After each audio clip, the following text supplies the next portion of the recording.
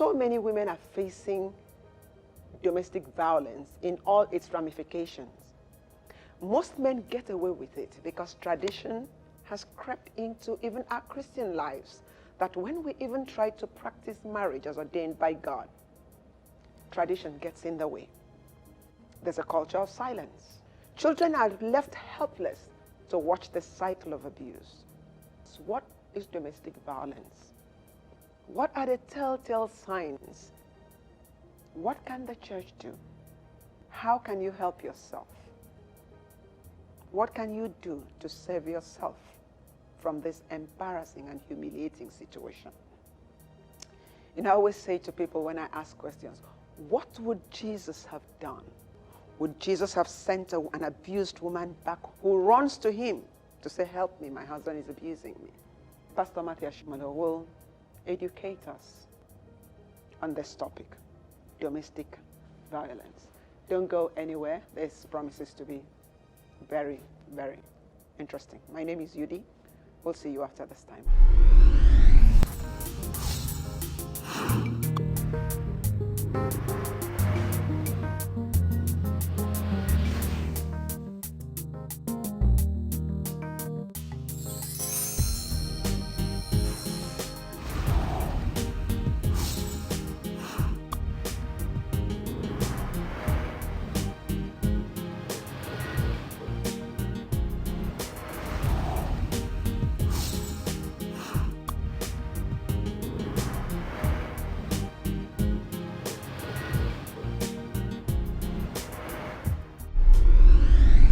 Pastor, you're welcome. My pleasure. Thank you for honoring our invitation. Thank you very much. Amnesty International described domestic violence in Nigeria as shocking, because in the last couple of months, it's taken a new dimension. Not just violence, but killing of one's spouse. What is domestic violence? Well, domestic violence is any form of hurtful action against one's spouse, and it takes on emotional, financial, physical, mental dimensions. It is any action that brings pressure, hurt, and damage to one's spouse. We use the word spouse at this initial stage, although in the majority I'll be doing a he against she, okay, even though there are some she against he.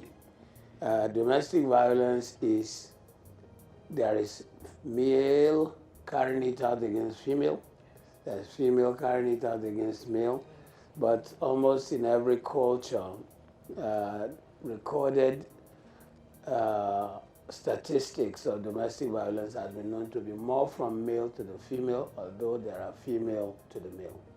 You talked about the different types. Could you just give us a brief description of the different types? Well, domestic violence or domestic or spouse abuse, the physical one is when the spouse raises his hand or uses any form of hitting at the spouse, a slap, a punch, a hit, a shove, a push, are all forms of violence. Because if these two people were truly married, the man said, I, Matthew Ashimolowo, take you to be my wedded wife, to have and to hold from this day forward, and forsaking all others, cleave I unto you as long as we both shall live.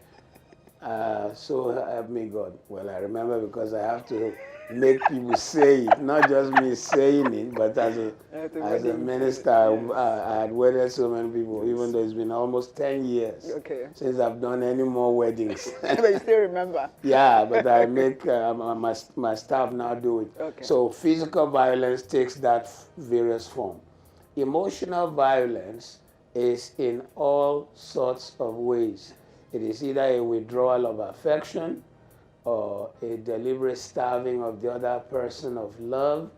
Emotional violence can be any form of way which you put the other person under emotional turmoil and pressure. It is spousal violence also, because violence is not only a physical thing, it can be emotional, spiritual, etc., etc.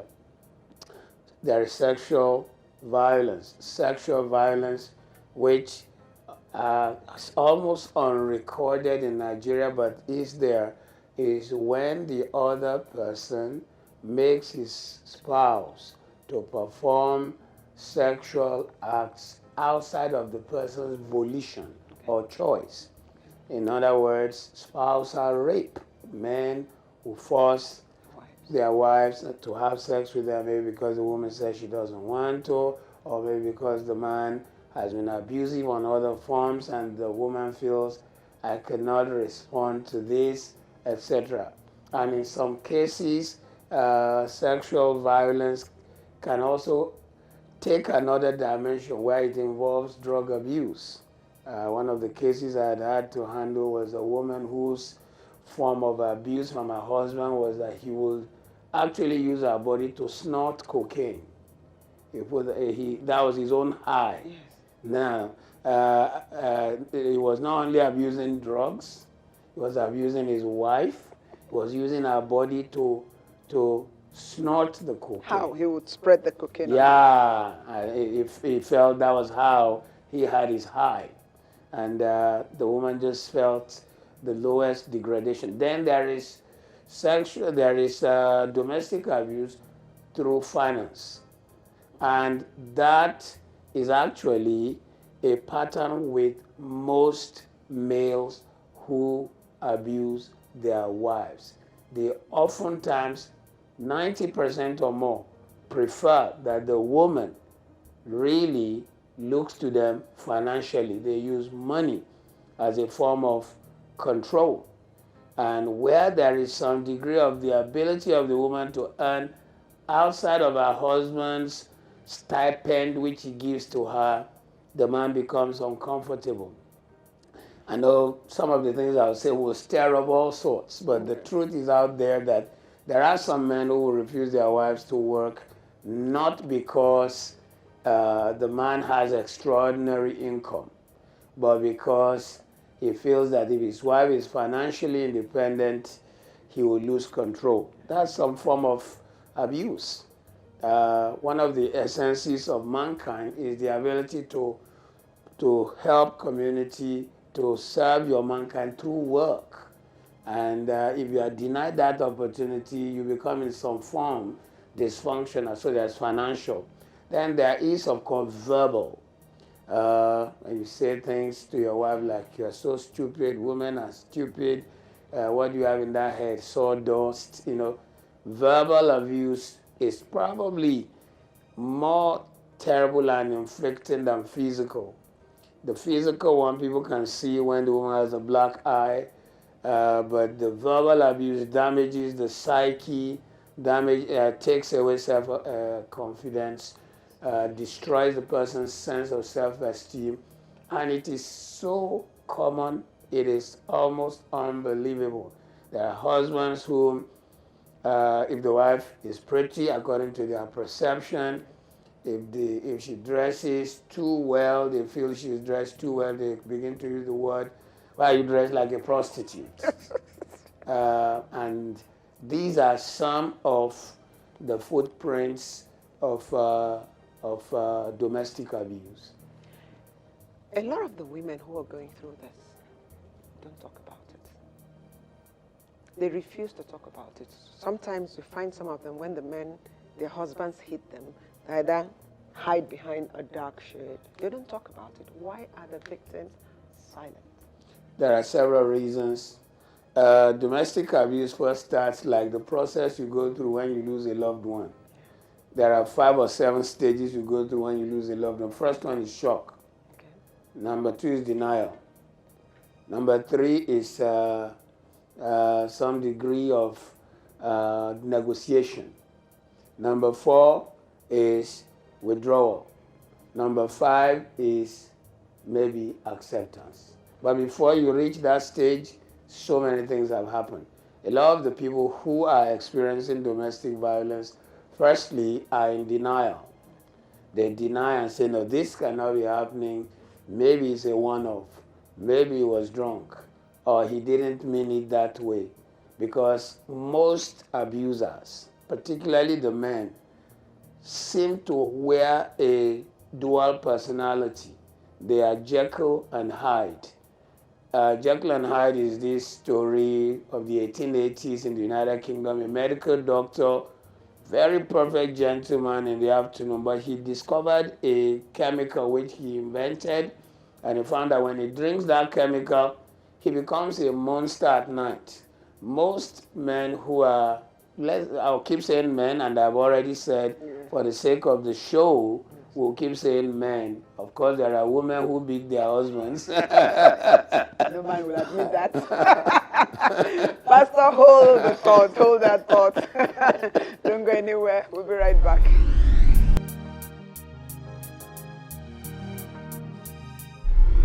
Okay, you're welcome back. So, Pastor, you were talking about Dr. Okay, Jekyll and Hyde. Yes. So many of the people who abuse, when they are in that rage, they could tear the world apart. Once the rage is over, they break down, they cry, they beg the person they have abused and say, please forgive me, I don't know what came upon me.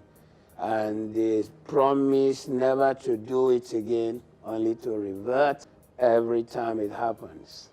Why is it that after abusing them, the men abuse, the wives, husbands abuse them, and then he begs for forgiveness? Why do they still stay? Knowing that, I believe, if a man hits you the first time, second, he's bound to hit you again. Why do they stay? There are 6, 7 reasons why most abused women stay. Reason number 1, fear. They reach a point where they are so afraid of the abuser that they see him anywhere. They are so afraid that if they try to escape or run away, he will track them down and he'll carry out his threat. Because most abusers do it with a threat attached. So there is fear. Number 2 for some of them is children, where children have been involved because maybe the person did not fully manifest his ability to abuse in full blow, although most times you can see the full footprint even in courtship. It's just that the ladies were in denial, because I have a young niece who's in the university, and she tells me of what kids who are 20, 21, 22 and say they are dating the university and the guy is beating her up and she still goes back to him. So the footprint is there.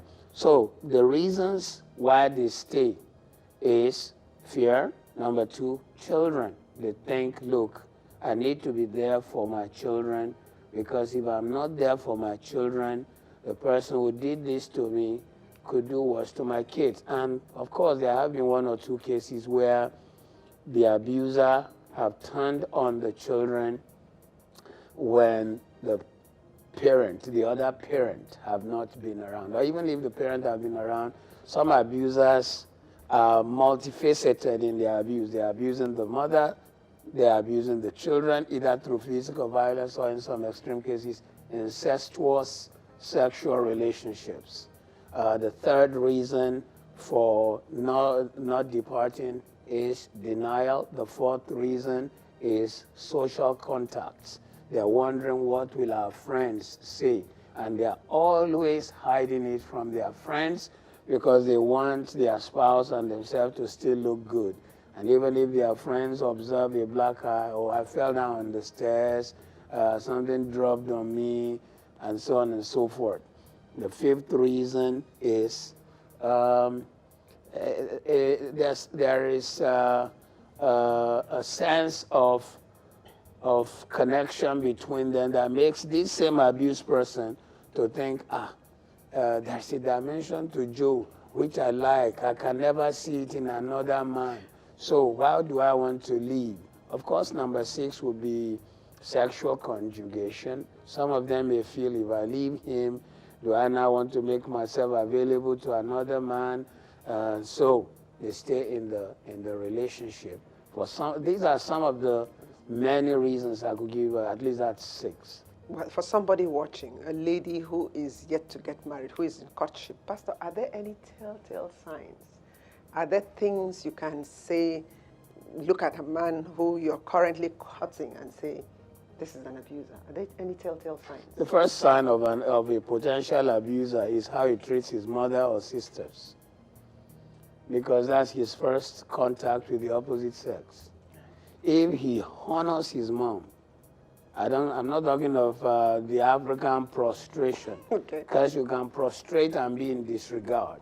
But if he truly, really honors his mom and also loves her, you can see affection. And if he also honors and dotes on his sisters with a sense of affection, it means to some degree his social skills in living and managing the opposite sex has been developed. I say social skills because maybe later at some point I want to talk about that as one of the reasons why some people are abusers.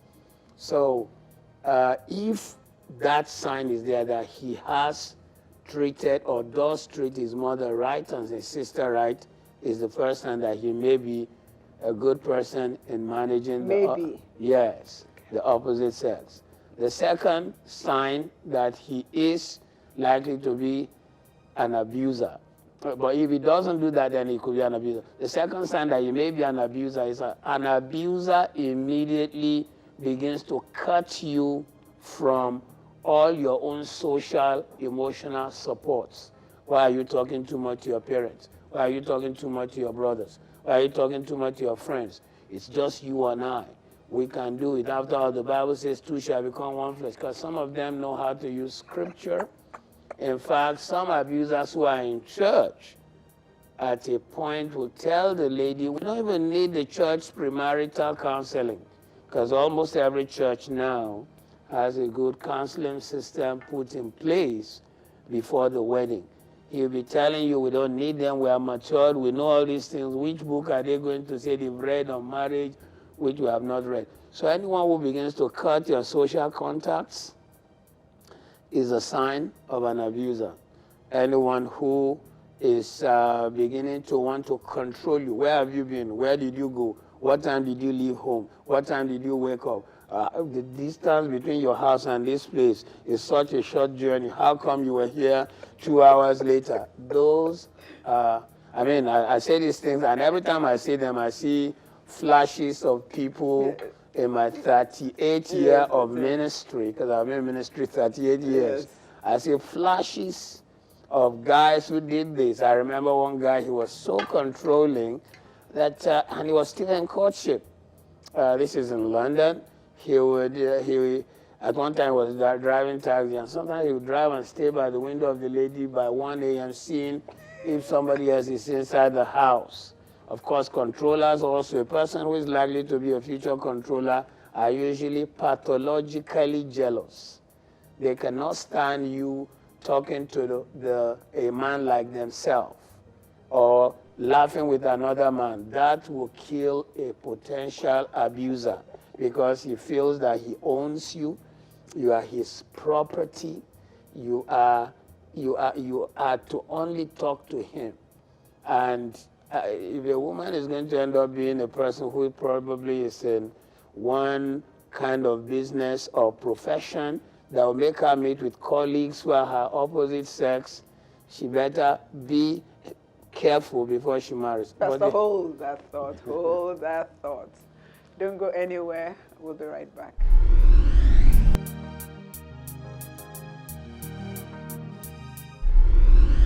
You're welcome back.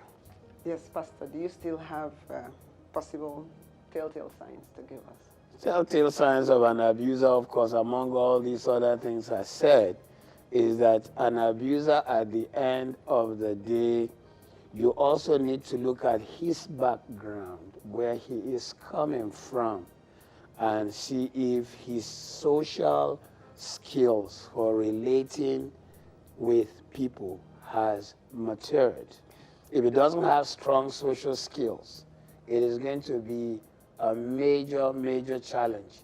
You cannot just say because it comes from a good crop of family, middle class, upper middle class. Sometimes they are likely to be abusers because some parents, in the attempt to have good education for their children, ship them away from early age, boarding house, university. So no chance to develop in an atmosphere where the social skills are enhanced. It is very major that you check out the person's capacity to manage anger, to manage difference of opinion, particularly in our kind of culture where it is almost every culture in Nigeria that is patriarchal. Yes. That man is the head. Whether woman submits. Yes, and when you want to, you have to ask yourself what you are submitting to anyway. But so, what could possibly make a man be an abuser? I mean, is it background? What could trigger that in a man or a woman who abuses? I think the challenge we have is that the culture, the custom, the setting has already precipitated the atmosphere for abuse. Then also comes the concept of the dowry. I think modern Nigerians need to change the concept of the dowry to be token. We don't need to erase the concept. It's in the Bible also. But if I pay 1 million naira to marry a lady, she better listen, or somebody could die. That's the way the man who, and you find that even the Yoruba, if the man is angry, the way his wife talks to him is, which means, please don't be angry. The owner of the money of my head. So the man feels that he's bought a commodity. I know that some people say, but that's extreme, but that's the truth. He feels, I paid dowry, because you find that many will say, I paid your dowry, so you have to give me sex. So therefore, it's as if the price has already been, it's advance payment. Money in our hand. Back in the ground. Services to be rendered for life, whether you like it or not. So these are some of the reasons. Do you have a statistics of men abusing women and vice versa? The unfortunate thing with the Nigerian society is that we do not have adequate and robust statistics. I did a research on the internet checking out for the Nigerian situation. I found that because even those who are still studying the subject, I found one lecturer at University of Jos, some lady in the East, it shows truly that there is a predominance of abuse from men to women in Nigeria, but the statistic is not robust. However, it is a very big thing to the point that things are going on, people are not considering it as abuse. Let me give you an example. This man abuses his wife, beats her up, and the woman's friend took her to the police station and said our friend has been beaten by her husband and we have come to report this domestic violence. And the duty sergeant said, I beat my wife this morning. She no come police station, come report me. Now waiting people now have trouble. Where they go? It shows you how acceptable it is. Yes. The duty sergeant said he beat his wife this morning and she did not come to report him, and you are coming to bring that your husband beat you. Go and behave well, then your husband will not beat you anymore. That is the magnitude. There was one I heard evil. that even when you go to the police station, they tell you that that is a domestic affair. That is matter of husband and wife. You should just go home and resolve it. Pastor, does this abuse, if it continues in a home, does it have effect on the children, and what are the effects it has on the children? Well, certainly our first social skills, capacities are set at home. By the time a child is 5, the parameters of behavior are already set. We only build on the blocks of how we will be. 5, that's what pediatric psychologists say. That by the time a child is 5, his behavior patterns are set. So from 0 to 5, if the child observes an atmosphere of love, hugging, affirmation from dad to mom, mom to dad, and it's constant, he then feels that this world is a world of love. They give me love, I give it back. So he also affirms the same.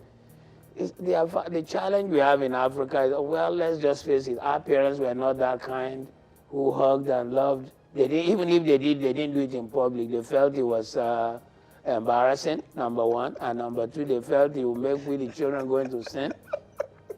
I believe that part of modernity should now be that we who are modern parents should show our affirmation of love before our children. It all starts from home. Then number two, the culture endorses it. Number three, elders come and they make statements that, look, this is your husband, you have to obey him. Whatever he says, he is the final authority, is the final voice, anything he says. And you also find husbands and wives, when there's a little disagreement, the man is saying, you will leave my house. And really, in a true marriage, it's not my house, it's our house.